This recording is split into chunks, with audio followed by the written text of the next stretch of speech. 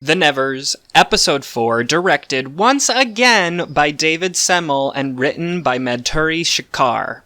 David Semel directed last week's episode Ignition, and I spoke about his work on Buffy and with Joss in the previous episode.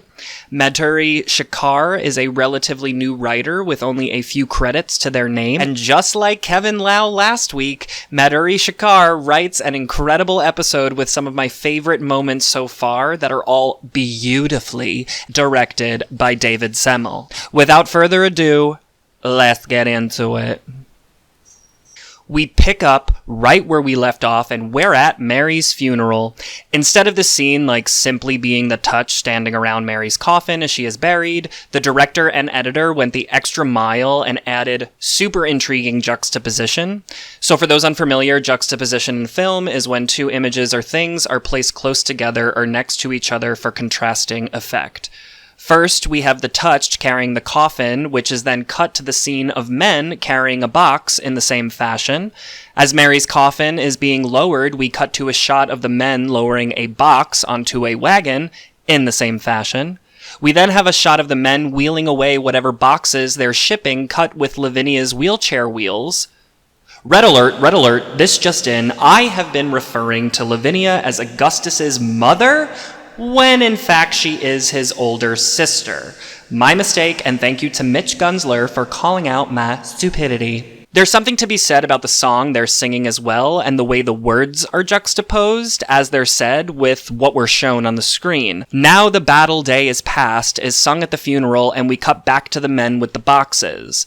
A few scenes later, we actually learn that these boxes contain weapons, and this is only something you'd notice once you've watched the episode a second time. When we have the shot of the wagon wheels cut with Lavinia's wheels, they sing, "Lands the Voyager at last," and I thought that was interesting. And as "There the work of life is tried by juster judge than here" is uttered, we then see a man in what appears to be a manager-type position evaluating the men we're seeing carrying the boxes or scolding them, but ultimately he is judging their work performance. In the final moments of the funeral scene, we pan back and away from the funeral, and up until this point, the music has been swelling and rising with a grand orchestra and sounds professional, but as we get further and further from the group, the orchestra fades away and we're left with a group of sad voices softly singing.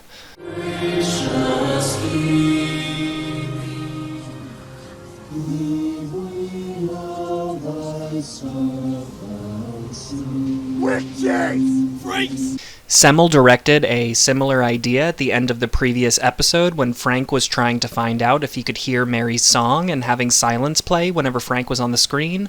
The singing is cut off by two men heckling the touched, and I think the justification from a director's lens about why the music fades before these men break in as opposed to having them just cut off the music with their heckles is because for a short moment, when the music fades away and before the heckle, we are reminded that this is just a human moment and these are people that are mourning a loss softly, and it makes the heckle way more effective. If their voices, for instance, just snapped us out of the song and cut it off abruptly and suddenly, it'd be an artificial way, in my opinion, to show that the heckle breaks the moment, when this is a softer way of doing the exact same thing. Just for appreciation, I love that Mrs. Truth Serum is the only touch not wearing black that I could see, and she's essentially been wearing the same outfit for a few episodes now. Someone correct me if we've seen her in another outfit. It just says so much about her character that she would choose to wear a color to the funeral, and the only one. Horatio is also at the funeral with his wife, which is interesting based on the conversation he had with True last week about his wife and how he told her he stepped away from this life. I wonder if his wife knows that he is touched or if Horatio has kept it a secret all this time. I love seeing everyone at the funeral until I realize, wait. Where's the lady who can see the future? And oh my god, we then cut to Amalia at the bar, and she is beyond wasted, pounding back drinks. She takes a liking to the violin player on stage, but a man stops her as she's approaching the violin player and says she promised him a kiss for a pint, and she's like, okay, sure, and then kisses the violin player instead before smashing the violin over the man that stopped her head. A fight ensues at the bar, and it's just fucking awesome. There's a moment where Amalia gives this adorable sneer when she knows that she set the man off and is going to start fighting, and she pushes this other guy that tries to get up and join the fight down into a seat, and she's like, nah, don't get involved in this, and all the men start hitting each other. She stands up on a table and turns to that violinist she was enjoying the sights of and says, I'm gonna need you in a minute. And then this bitch, fucking Buffy, dives into a group of men in this 1-2-minute segment. Amalia has become one of my favorite Whedonverse women ever. Now, I am a man, in case you didn't know. So anyone, chime in here with anything else you want to add. But I thought this scene was, incredibly feminist given the time period it is set in and what is happening within it. In the same way, I consider Mrs. Maisel to be an incredible take on feminism that is rarely touched upon. I think this scene does the exact same thing. We have a woman who isn't doing the right thing morally, enjoys sleeping with men to the point if she was a man herself, she'd be considered a womanizer or a player, and overall, the things she is doing, I wouldn't say are role model worthy, but yet it's human. She's in control of herself, and she is choosing to do these things, putting herself at the same level as the men around her to the point they start hitting her just as hard as she's hitting them. I mean, go, Laura Donnelly, go! They could have given us anything here, a sad, melancholy True mourning her loss and failure, and instead, we're given a scene that is downright a joy and entertaining to watch, and also manages to express to the audience how upset True is at the entire ordeal, and expands on the final scene in episode 1 when we come in after the bar fight and only see the results of it.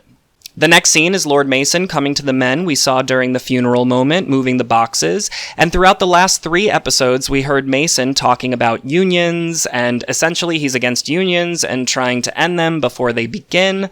Think back to episode 1's employee versus employed debate with True at the theater.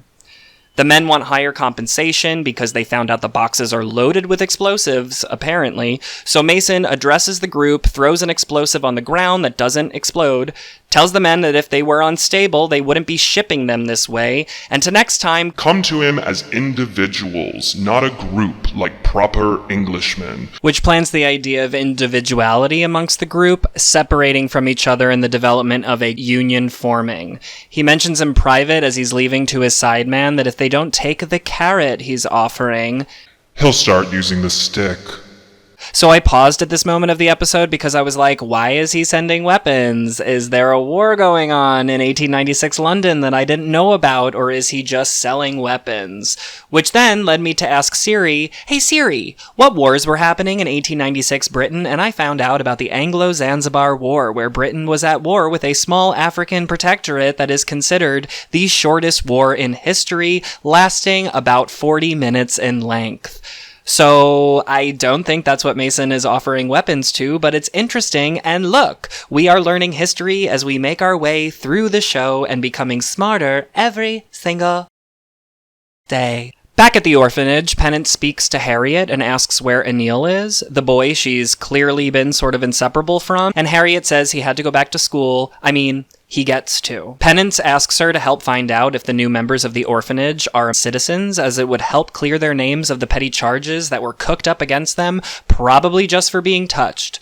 Harriet says she doesn't think the fact that they don't speak English even matters, and I love that little detail because that shit's true. And when Penance thanks her and says she's a daisy for the help, Harriet says, well, she'd rather be a barrister so she could prosecute the men who did this. Women aren't a part of justice back then, and only men had a voice in the government, and even deeper than that, probably anyone who was touched at all didn't have any say in the government either in this world. She can't even apply to Anil's school because she's a woman. Throughout the scene, she is blowing on grapes and turning them into what I had originally thought was ice and throwing them on the ground. Penance tells her that she knows she's going to have to clean up the shards on the ground, and this immediately told me that her turn isn't to turn things to ice with her breath, but she can turn objects into glass. What an incredible way to write dialogue into a scene that tells us, once again, information we needed to know without outright saying the information we needed to know. I was like, ice shards melt, though. Oh wait, it's not ice, it's glass. Another thing that I absolutely love about the scene is that we see Harriet using her power casually. We've seen it before, but this time it stuck out to me. Similar to a way someone would play with their hair, tap their foot, or bite their lip, the touched can use their powers in a similar way as an extension of who they are and their bodies, as this is just the way they live. It's a coping mechanism, a distraction, and a habit of sorts. Details like this make the world feel alive, the characters feel real, and brings the supernatural element down to a human level we, as non-supernatural viewers, can relate to, whether we are actively aware of that in the media or not. Sort of like building a character as an actor, I love to think about maybe what my character eats, how they dress, or what they like to do when they're alone, because it helps me as an actor bring the character to life. It's stuff the audience will probably never see, but helps me flesh it out myself. The same thing happens here, except it's used to actually give us insight into Harriet's power, her thoughts, as well as some subplot with Anil we'll see return later in the episode, and also starts talking about women's roles in society, which is probably obvious in regards to the time period, but in a later scene with True and Penance, it becomes apparent that there is more of a reason for this moment with Harriet. It also helps to give the scene motion and movement, adding realism to the scene itself. We think we are joining Harriet in the middle of a moment she is having, not at the moment the camera starts recording, you could say. Horatio and Annie have a discussion in True's office about how Annie thinks it was super shitty that True didn't come to Mary's funeral, and Horatio is giving her the benefit of the doubt the entire time.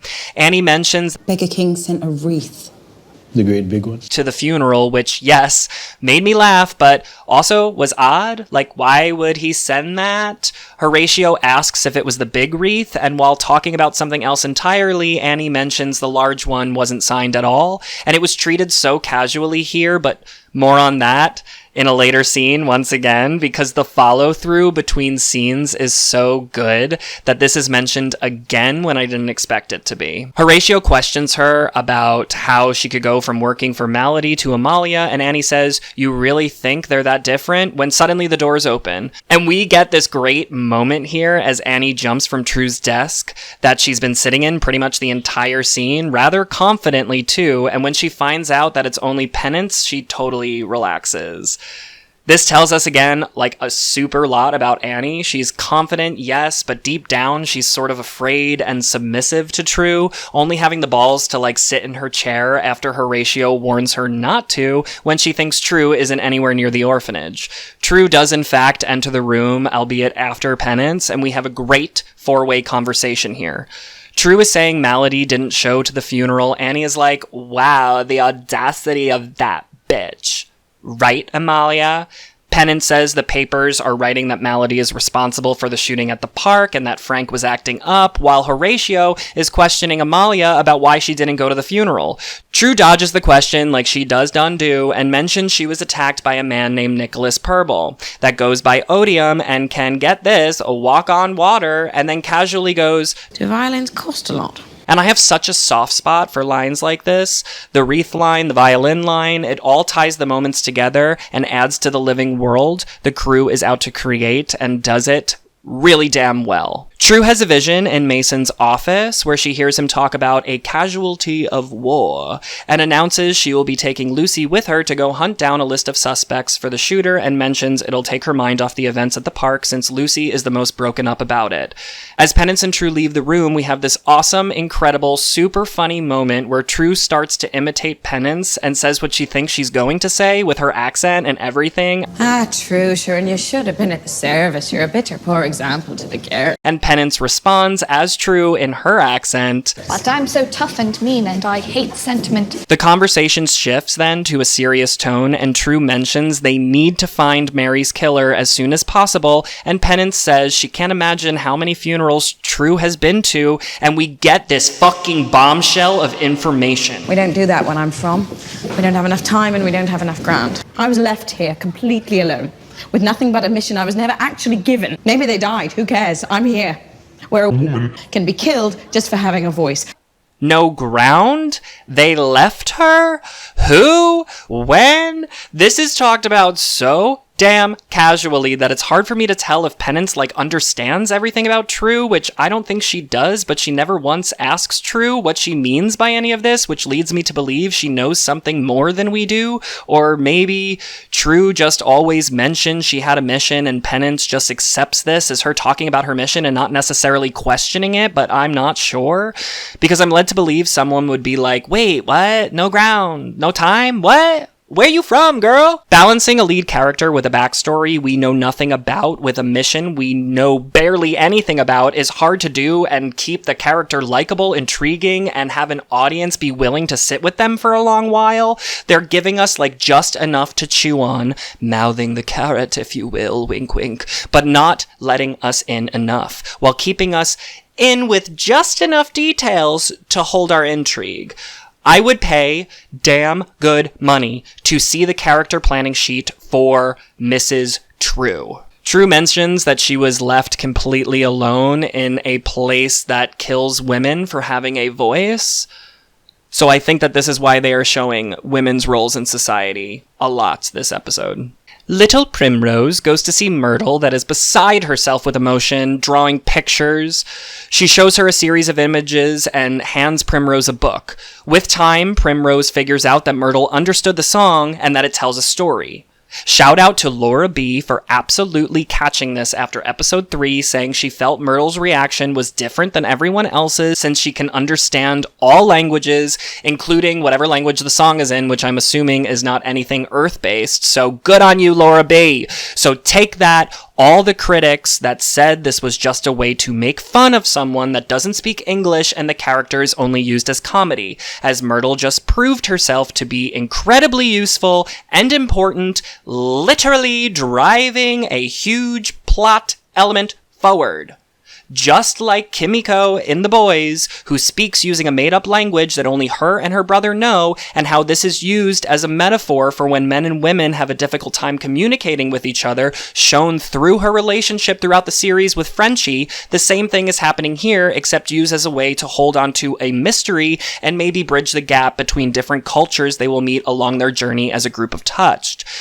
It's just like with all Joss Whedon work, but most notably Hush, where people lose their voices and literally can't speak, and Once More with Feeling, where people sing their deepest, darkest secrets and can't control it, there is a common repeated theme about communication or the lack thereof.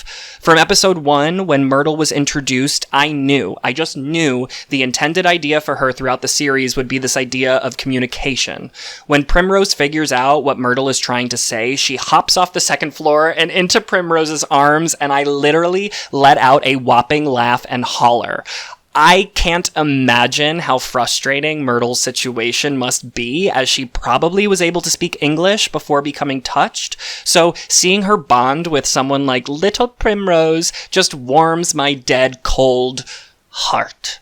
A woman reporter named Effie Boyle, wearing a glorious checkered dress, comes into the office where Frank works to ask questions about Mary. She is heckled and made fun of by the male reporters there as they complain women are coming for their gerbs, which is the third time this episode where you're reminded about women's overall role in society and the changes happening during this time. She proclaims she has a right to be there. Frank is questioned by her about bringing in the 2 heckling men from the funeral, who are also a part of the purist group and can be identified by all wearing the purple scarves around their arms. The men outside the Knot orphanage that leads to Dennis O'Hare and his torture dungeon are also wearing these scarves. Frank tries to quell the reporters by saying the story was already told and that they should continue to report its malady. Effie does not believe this is the case and also thinks the Touch are vilified in the press for no reason, And this is probably because she has empathy for the touched, as she experiences discrimination herself in her position in society and especially in her profession. Frank tells them a touched is the one that actually killed Mary, and until they have more information, to just keep saying that, and leaves them. Frank joins the men being questioned for why they were heckling at the funeral, and Frank threatens them, trying to get them to hit him so he can arrest them for assaulting an officer. They're delighted by the idea, but step down when Mundy's boss says, "Enter the ape." And they immediately step down, realizing that Frank used to be, apparently, a professional boxer named the East End Ape, and apparently had quite the reputation for it, as this immediately makes the men stand down. The men immediately confess to having a man in a suit approach them at a purist meeting and handing over a note that states the time and place of the funeral with none other than Mr. Swan's logo on the back of it. Lucy is walking through the orphanage, watching the new arrivals being interviewed by Harriet. The first time I watched this, I just figured she was sad after Mary's murder, but look at this. Look at this face. Now that we know what we do know about Lucy and how she feels and what she's doing by the end of the episode, I realize that this is actually a look of contempt. She's called into Amalia's office, and Amalia explains all the groups of people that are after them. Cops, the church, the purists. And that someone had enough connections to Coos, the man with the machine gun arm that bleeds metal, out of prison undetected. True entertains the notion it could be Lord Mason, and Lucy explains his work with the bombs, how he pays little for his work and just his overall person. He'd stick your head on his wall for a trophy before he give you threepence to feed your kids. As the scene is happening, we have multiple moments where someone walks into the room and they all yell no without breaking a beat of the flow of the conversation, and I love this. And I have to absolutely compare this scene to a Scooby scene in the library over on Buffy. It had that sort of family, let's crack the case vibe, and the exclusive clique that is the Scoobies. What are we going to call this group? Because the Scoob dynamic is like definitely starting to peek through. Annie says she's going to the Beggar King to question him. True mentions that she had a vision and that she's already willing and going to talk to Mason alone, and Penance agrees to go talk to Augustus Bidlow.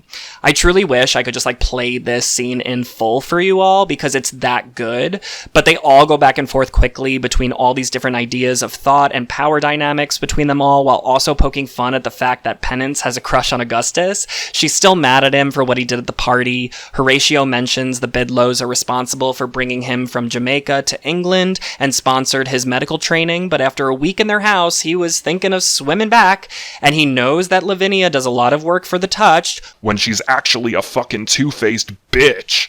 but that doesn't mean they should consider her a friend. The group in the middle of this does another no, but it's really funny because they realize it's not a random new person and it's just Desiree, so they all apologize. The group suggests that True should bring Desiree to Mason to get him to confess, and True says she should, yeah, totally, but she doesn't based on her vision. It's still unclear if these visions are always accurate, as she has one that doesn't happen in the theater when Malady jumped into the box in her vision, but never in real life in episode 1. But every other vision she has had has come true, and it doesn't seem as though Amalia tries to fight against them from happening or try to change the outcome of them. Swan and a man are at a party and playing cheese with chess, and I had another moment where I audibly bellowed, "They're playing cheese with chess," and I screamed it. These will not protect you. I wear the cheese. It does not wear me. This episode has a lot of interesting things, and that's characters that are doing things that are related, but mostly unrelated to the action actually happening. This is what keeps each scene moving fresh and feeling alive yet again. Frank barges in, pins Swan in a private room on top of a pool table, and they fuck. No, I'm totally kidding. But Frank aggressively questions him about mixing with the purists and tipping them off to the funeral, and does this. So he definitely took some notes from... Swan says he knows nothing about this and wouldn't be handing out personalized evidence. He suggests someone is aware, as it's pretty much public knowledge that Frank does not like Swan. Since we know in secret they fucking did the sex.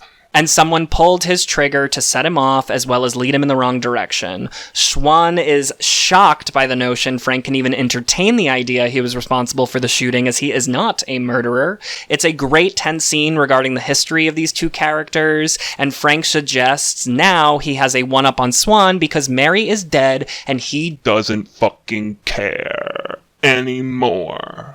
He's angry at Swann for abusing the poor people in society to make more money, and literally Frank, in the past 3 episodes, went from a character I was not even remotely interested in until all of a sudden, with a few small scenes, he became the most dynamic, interesting, intriguing character besides Amalia and possibly Melody.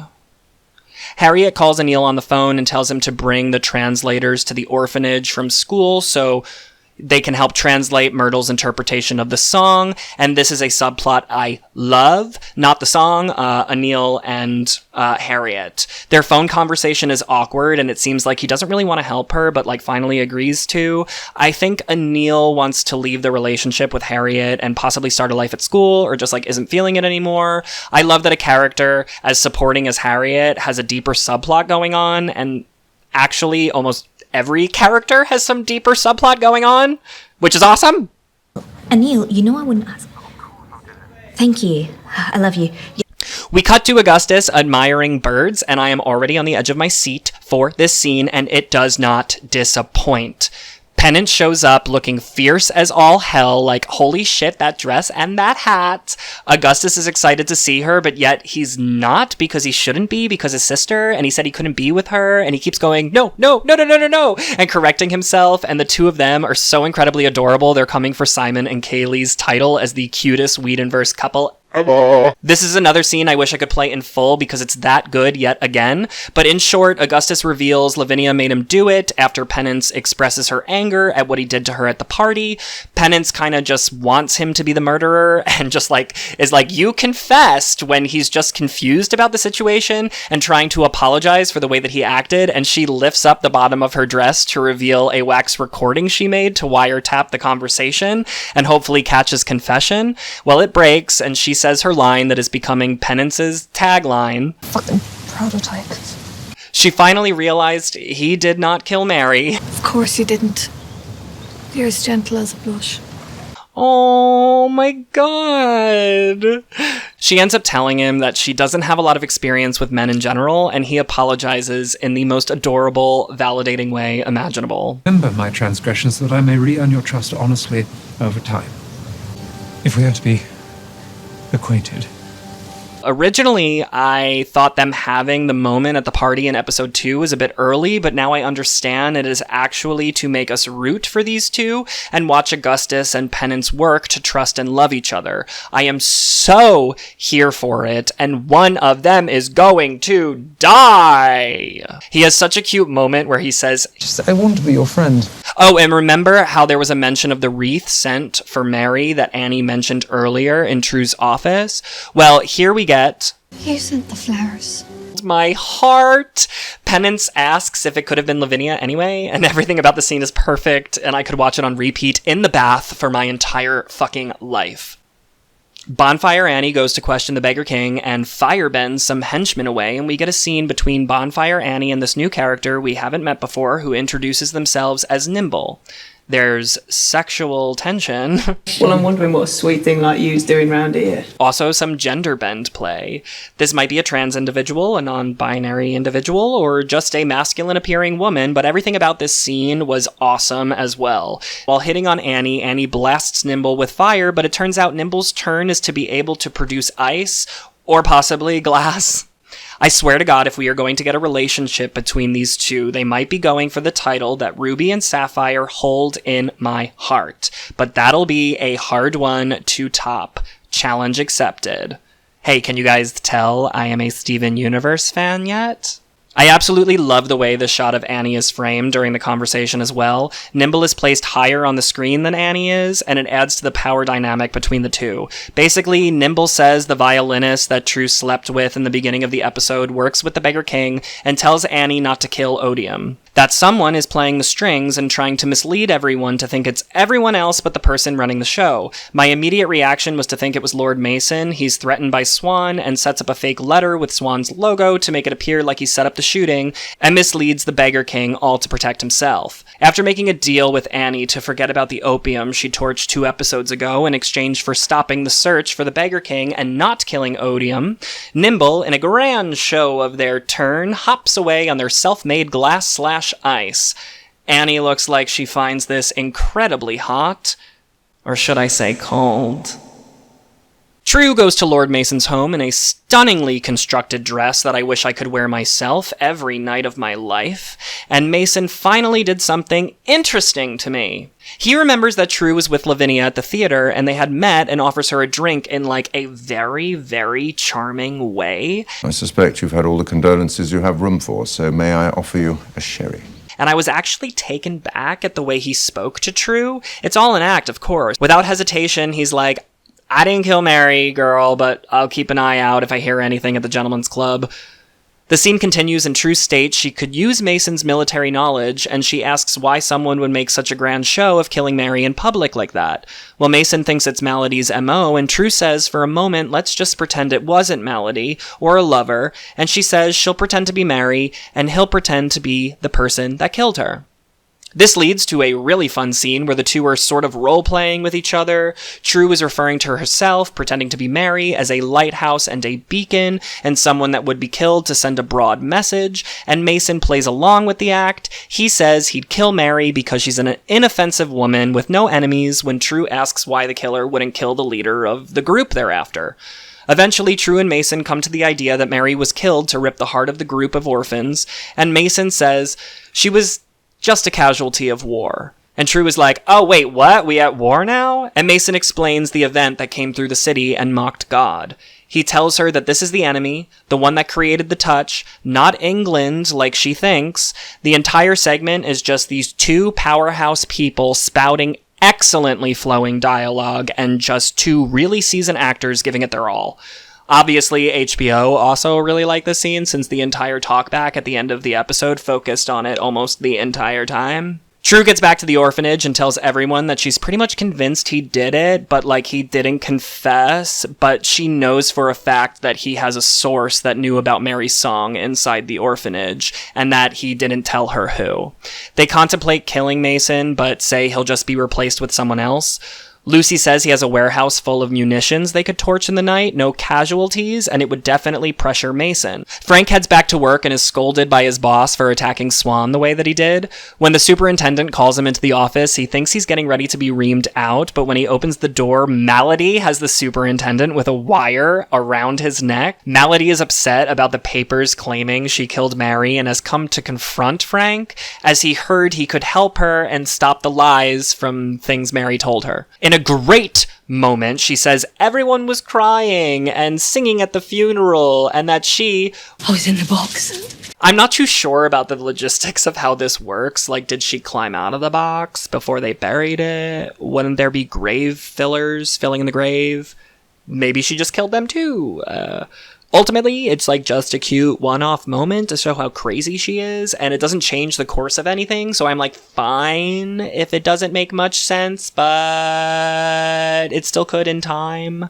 But it's not like a thorn in my side begging to be explained or anything. She says she wants everyone to stop lying about her and tells Frank to make it happen. I want everyone to stop lying. She dives out the window as Frank pursues her, and she's giggling and screaming the whole time, and it's wonderful. Eventually, Frank captures her, smashes her head against the wall multiple times, knocks her out, and arrests her. One of the officers takes out a knife and goes to kill her, but he fights the man off and says she will receive justice from us. Frank is such a good man and received yet another slew of positive character points in my book. The Touch gather in the bedroom to try to decipher Myrtle's translation of the song. They've compiled a group of everyone they know that can speak different languages and have Myrtle repeat herself over and over until things are clear. From a writing standpoint, it must be like so incredibly cool and fun to find words in different languages that can express something more than English ever could, and props to the actress playing Myrtle that can speak them all so well, from my understanding of some of the languages at least. when I think the actress actually only speaks English in real life. Somebody can correct me if I'm wrong.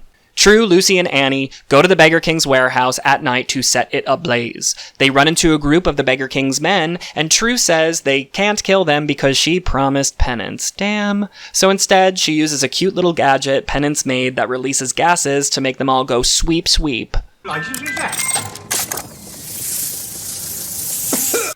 Lucy and True split from Annie, telling her to keep watch as they go inside.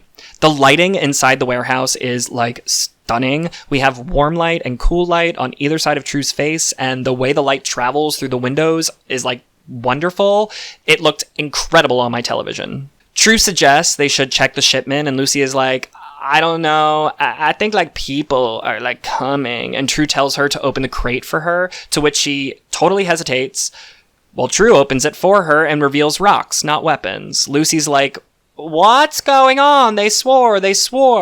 Until she shifts, realizing that True had already deducted that she is, in fact, the spy in the House of Love. How'd you cop it? It was the rippling. The vision she had earlier showed her the trophies on Mason's wall, and Lucy had mentioned the trophies a short while after, and True says Lucy could have only known if she had been inside his study at one point.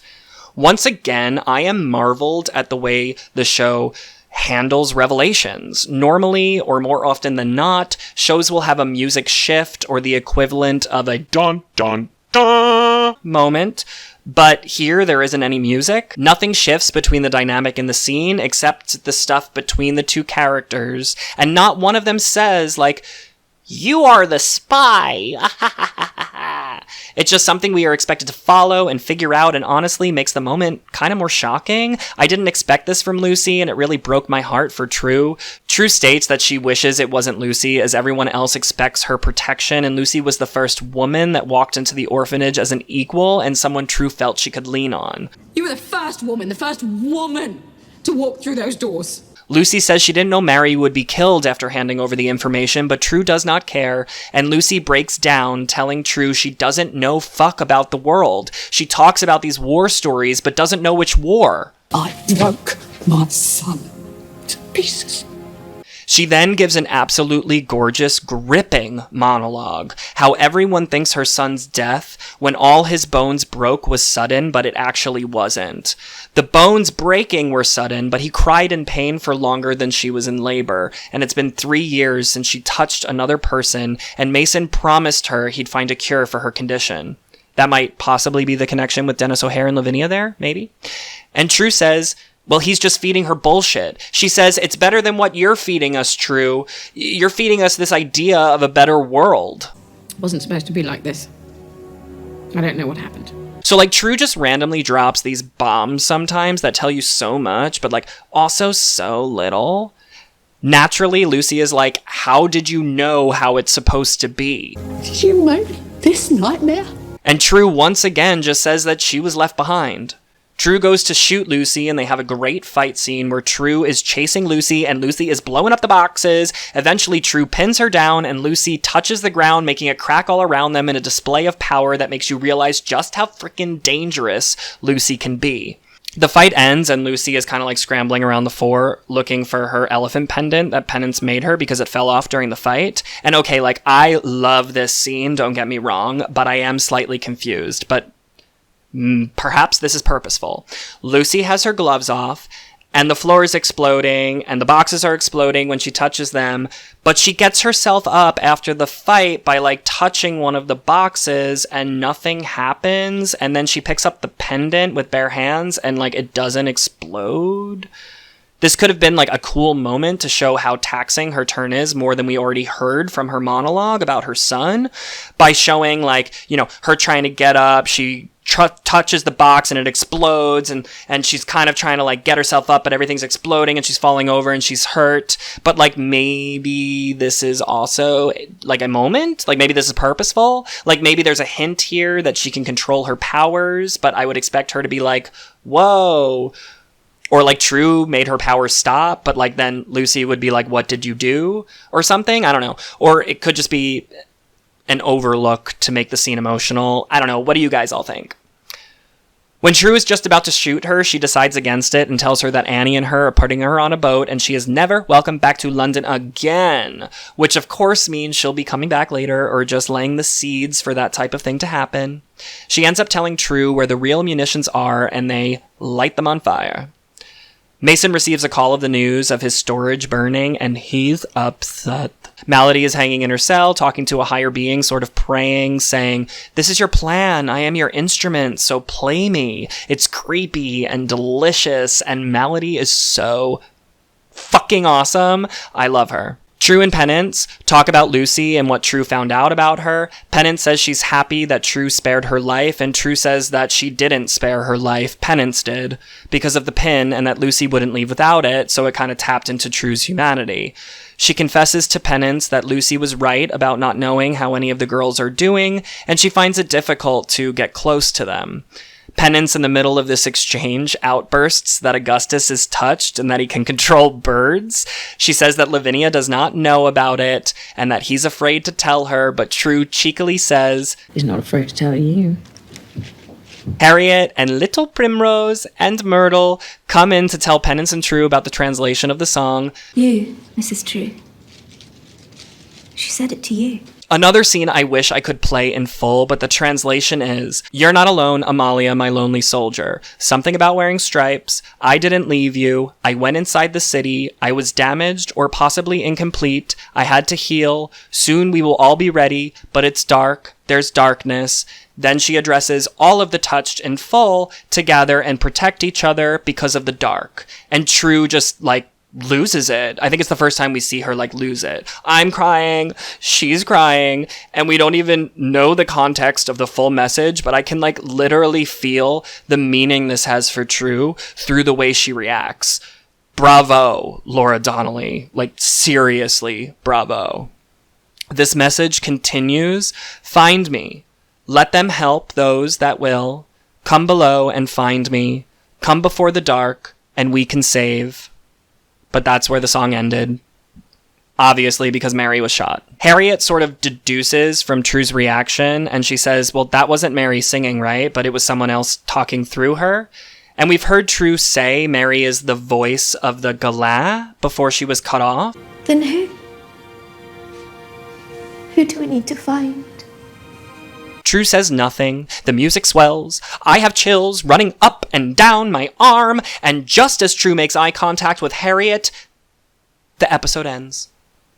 And damn, I am once again blown away this week. I think the message has something to do with the ship that crashed and gave everybody the touch thing, which is what Lavinia is actually uncovering under the earth. How Lavinia knows what this is beyond me. The entire episode, we've been hearing it repeated that True is alone here and was left behind. So when we get to this final moment, it hits even harder and has such an amazing effect on me as a viewer. Truly, it moved me and had tears coming to my eyes for reasons I could not explain. I don't know what the message truly means, but I know it means something important to Amalia, that she's not alone, and that just got my empathy going wild. It was successful because Amalia continuously repeated this episode, even in scenes that were just as intriguing but only existed to have this moment happen, because they were hamming it home to you as a viewer that she's alone, she feels alone.